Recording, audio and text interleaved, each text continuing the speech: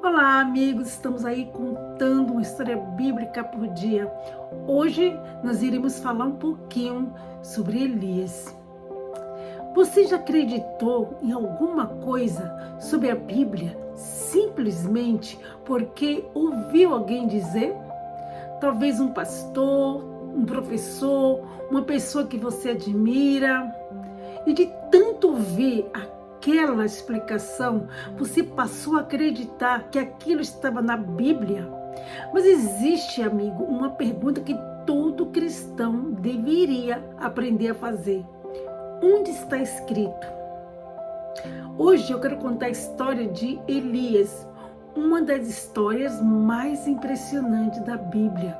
Mas também quero mostrar uma pequena diferença entre aquilo que muitas pessoas dizem e aquilo que o texto bíblico realmente afirma.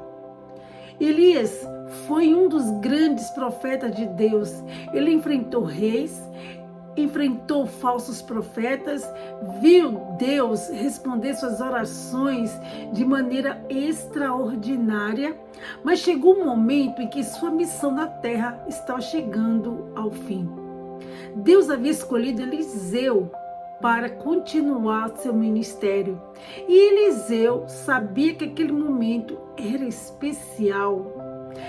Ele não queria se afastar de Elias, por isso continuou caminhando ao seu lado todos os dias, até que chegaram ao momento determinado por Deus.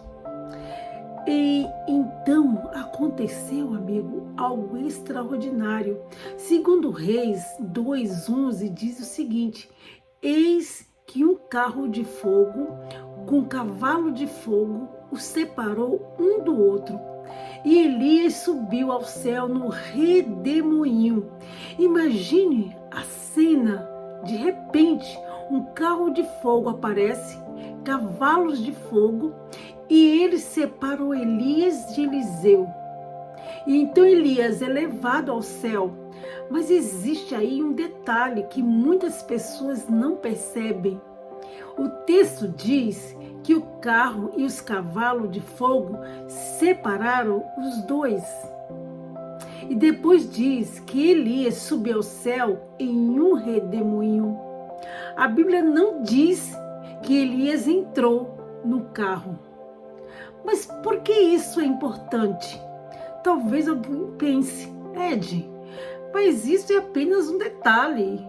Sim, pode parecer pequeno, amigo, mas esse pequeno detalhe nos ensina algo muito grande. Precisamos aprender a ler a Bíblia pelo que ela realmente diz, não apenas pelo que ouvimos alguém dizer sobre ela, porque uma explicação pode ser repetida tantas vezes que começa a parecer um versículo. Uma pessoa fala, outra repete, um pregador fala, outro pregador repete, e nós ouvimos tantas vezes que passamos a acreditar. Isso está na Bíblia. Mas será que está mesmo? Isso, amigo, não significa que devemos desprezar pastores, professores ou pregadores. Muito pelo contrário. Precisamos valorizar aqueles que dedicam sua vida ao ensino da palavra. Mas existe uma diferença entre respeitar quem prega e colocar nossa confiança absoluta na pessoa que prega. Pastores podem errar, professores podem errar, eu posso errar, você pode errar. Todos nós podemos interpretar alguma coisa de maneira equivocada, mas a palavra de Deus continua sendo a mesma referência. Por isso, quando alguém ensinar alguma coisa, faça como os bereanos. Em Atos 17:11, diz que eles examinavam diariamente as Escrituras para verificar se aquilo que estavam ouvindo era realmente assim. Que atitude linda! Eles não eles não rejeitavam imediatamente o que ouviam, mas também não aceitavam cegamente. Eles conferiam. Talvez hoje existe aí alguma coisa que você acredita sobre a Bíblia, simplesmente porque ouviu alguém dizer. Não tenha medo de conferir. Abra a Bíblia, leia o contexto, compare os textos, pergunte: Senhor, o que realmente está escrito? Josué 1:8 fala o seguinte: ele nos aconselha a meditar na palavra de Deus de dia e de noite, porque quanto mais conhecemos a Bíblia, mais conseguimos distinguir entre o que Deus realmente disse e aquilo que as pessoas disseram que Deus disse. Elias teve uma despedida extraordinária. Um carro de fogo apareceu. Cavalo de fogo apareceram. Eliseu viu tudo, mas o texto bíblico deixa claro: Elias subiu ao céu em um redemoinho. E talvez a maior lição dessa história não está apenas em como Elias foi levado, mas em como nós devemos estudar a palavra.